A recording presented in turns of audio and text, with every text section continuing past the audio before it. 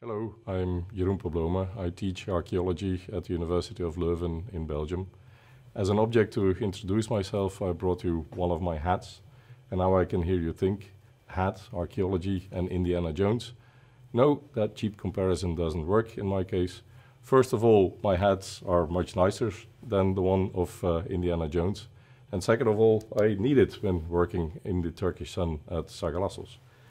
Also, when I get to wear my hat, it symbolically incarnates my directorship of the Sagalassos Archaeological Research Project. And it's a job I love doing. No, I don't love it because I get to be the boss, but I mainly love it because I can work with people. People of many different nationalities, people of many different disciplinary backgrounds, people with many different interests, but mainly clever and talented people that actually all want the same, and that is to do the best for the study of the ancient city of Sagalassos and the study region in Burdur. And second of all, I get to be at the center of knowledge production.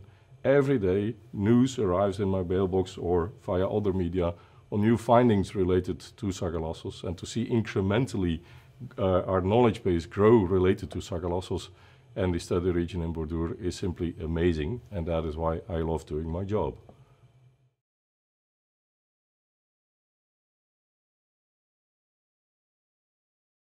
As values and ambitions that I see incorporated in this episode of directing the Sagalassos project, I see a couple of points. First of all, I think it is very necessary that we complete in some areas of the site the many works that we're doing. I'm first and foremost thinking of the Upper Agra and the Roman baths, where we have very complicated conservation issues and many discussions, for instance, also on the topic of anastylosis, of re-erecting parts of ancient monuments. And some of these situations are true catch-22s, but luckily we have a very experienced team of architects and archaeologists, but together we can solve these problems. But delivering some parts of Sagalassos, including Roman baths and Upper Agra, to the general public, to the visitors, is definitely one of the ambitions, so that the general public can enjoy the authenticity of Sagalassos, which is quite unique, much better. The second aim is clearly to deepen our historical knowledge on the site and the region of Sagalassos. And one of the themes that I can think of in that respect is it was one of our aims to increase our knowledge on the origins of Sagalassos, how it originated as a social community. And now we can better situate this in the Iron Age with Pisidian hilltop settlement origin. That's a phase in which Sagalassos is originating. And we see that the polis, the ancient city-state, is only developing later, possibly from 3rd century BC onwards. Clearly, in this respect, we are building on knowledge which has been accumulated throughout the history of the Sagalassos project. And in this respect, I should sincerely like to thank my predecessor, Professor Mark Walkes, the first director of the Sagalassos project, for initiating this knowledge base. As a third point, and clearly an ambition, as a team, we want to increase our knowledge on the people of Sagalassos, the ordinary citizens of Sagalassos, how they live, how they work, how they eat, how they get together in order to relax and enjoy free time in life, and also how they die. And we have set up many archaeological and interdisciplinary research projects in order to document how these ordinary people, the majority of the people at Sagalassos and in any ancient city, how their lives went about. And here I should very much like to thank my team for their creative ideas and their input, especially also during the field work. It is really fun to work together on such a topic. As another ambition, clearly the Sagalassos project from the beginning was a very interdisciplinary project, and this is a core part of our identity as a project, and it is simply something we want to keep. But of course, interdisciplinarity also develops.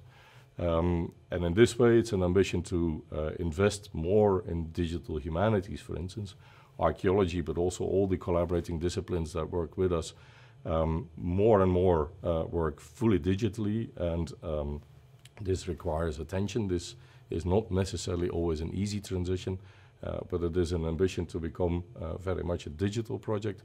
And at the same time, the interdisciplinarity, the landscape has changed because of decisions made by the Turkish authorities. So also our collaboration with many Turkish partners and institutions is increasing as a result of that. And we are actually quite grateful as a project to initiate many of these new collaborations. So clearly it is appropriate to here thank a lot of the funding bodies that are actually behind this interdisciplinary research. And first and foremost, I should thank my university, the University of Leuven, for granting many funds to our Sagalassos research project. As another ambition, I think we want to join that wave of open science. Open science means that as a scientist, as a researcher, you in principle are very clear and open about your data and about your methods and about your results, and that you share these for free with the scientific community in as many ways as possible. And clearly this is a wave that is there to stay, and it is a wave on which the Sagalassos project should be riding. And of course this requires sometimes a change of attitude with colleagues, but we see in archaeology that we are actually quite warm about the idea of sharing. So I should like to thank my many colleagues both in Turkey, in Belgium and abroad for joining this open wave of science. Another ambition is clearly science communication. Apart from being an interdisciplinary project, the Sagalassos archaeological research project has always invested in communication with the public, and it is clearly something we will want to continue to do. This exhibition, thanks to Jappe Kredi, is clearly a very good example of it. But we invest in many more initiatives, first and foremost also at the site of Sagalassos itself, where we create unique visiting experiences. But we try also for our friends of Sagalassos to communicate from the site, but also when research comes about, through various media. Is it our website? Is it newsletters? Is it annual reports? Is it books? It is something that we will want to continue to do. And so science communication is very important to us.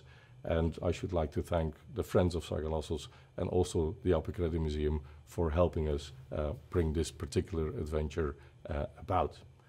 And lastly, and that is perhaps the greatest ambition, it is called UNESCO. Sagalassos is on the tentative list of UNESCO since 2009. And together with strong partners such as Global Heritage Fund, IGAS, and also the Sagalassos Foundation in Turkey, we have expressed the ambition that we want to become World Heritage. Of course, this is not our decision. This is the Turkish nation that is going to propose us to UNESCO in order to be classified as such. But I think as a project, we are ready. We hold the core values of becoming World Heritage, and we simply want to collaborate with all the stakeholders in order to achieve this goal. And in this respect, I should very sincerely like to thank the many Turkish authorities that are involved in promoting Sagalassos, not only for UNESCO, by the way. There's a lot of promotion going on in Turkey for our lovely site. And it is simply an honor as a Belgian to be able to work in Turkey at such a marvelous site of Sagalassos. Thank you, Turkey.